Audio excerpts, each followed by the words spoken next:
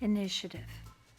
So, my dearest Lily, the last petal on my flower deals with initiative. I used to ask my staff, are you a self starter or are you an order taker?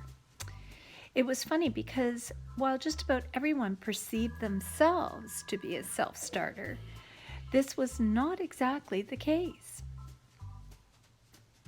Lily, this type of person radiates pride, ambition, creativity, courage, risk taking, and they take action. They are the do it people.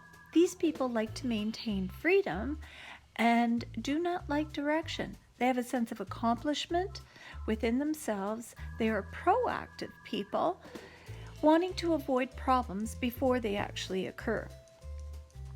Are you an order taker or a self-starter, Frank? Asked Lily. Wait, let me guess. You're a self-starter. Yes, Lily, the one thing I've always had is initiative. As a matter of fact, I've had so much initiative that at times it's been a fault. I can't sit still. I actually make a hobby out of strategizing how to do things faster and more efficiently. Some people have perceived me to be competitive.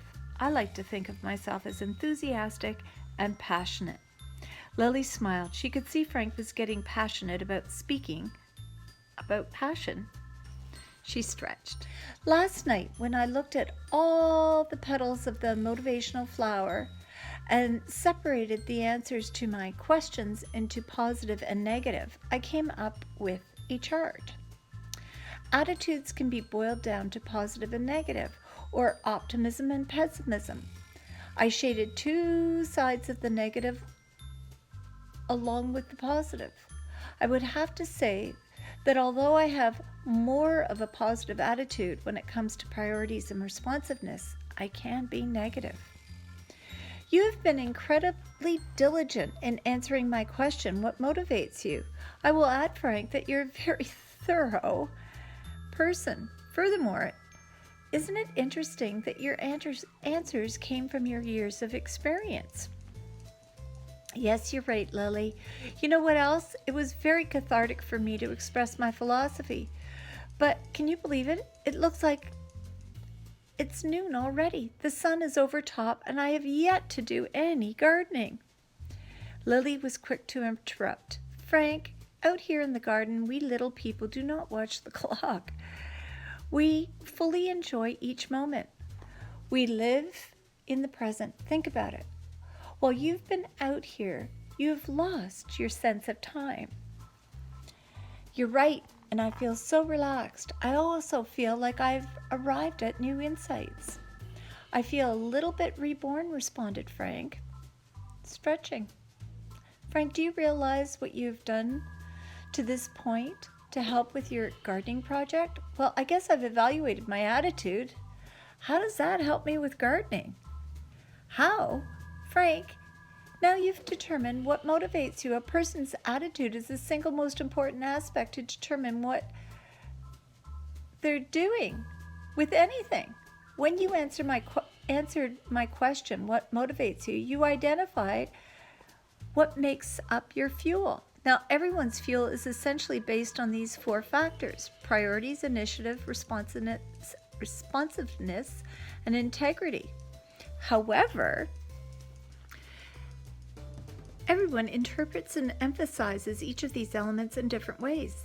It is this attitude examination that identifies how you should plan your objectives and strategies. There's no point in settling on an objective that does not motivate you. For example, since you are a task-oriented person, you probably would be best always setting a reward or choosing a project that has some kind of definitive end and sense of accomplishment. Frank started nodding his head. I guess this self-analysis helps a person acknowledge whether his or her attitude is positive or negative. Yes, Frank, it is a process of being honest with oneself, recognizing one's strengths, positive, and weaknesses, negative. We need to choose projects that are motivating. Activity should stretch us to move from negative mindset to a positive one. It's finding the productive tension that gives us the impetus to accomplish our objectives while improving our outlook. Lily, stretching oneself and finding the productive tension to increase positive outlooks, we are in control of our attitudes. We have the power to change our attitudes, exclaimed Frank. Yes, Frank, you've got it. It isn't about identification, but on changing our attitudes so they are positive and they serve others. You're in control of you, no one else, replied Lily, nodding her head. Well, this reminds me of a story from years past. I call it, Who is the Most Important Person?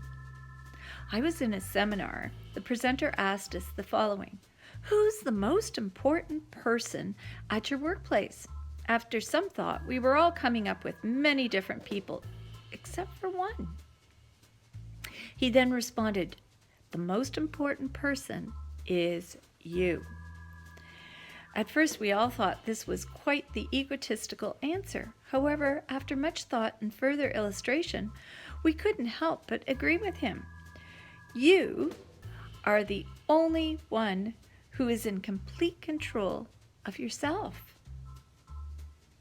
Your boss cannot control you. It is you who makes a conscious decision in each step of the way. Are you in the game, or will you be ignored? Interesting, Frank. That humbling moment of taking responsibility of one's actions. Ironically, so often people in their pursuit of control try to control everything and every person around them. Yet, the funny thing is, the last place they really look to control is themselves. I guess because really looking at oneself with all our faults and gifts is the most painful and difficult. Frank put his hand to his chin, then rubbed his index finger over his nose, squinting his eyes in deep thought. Yes, Lily, I agree. Controlling others gives one a sense of power.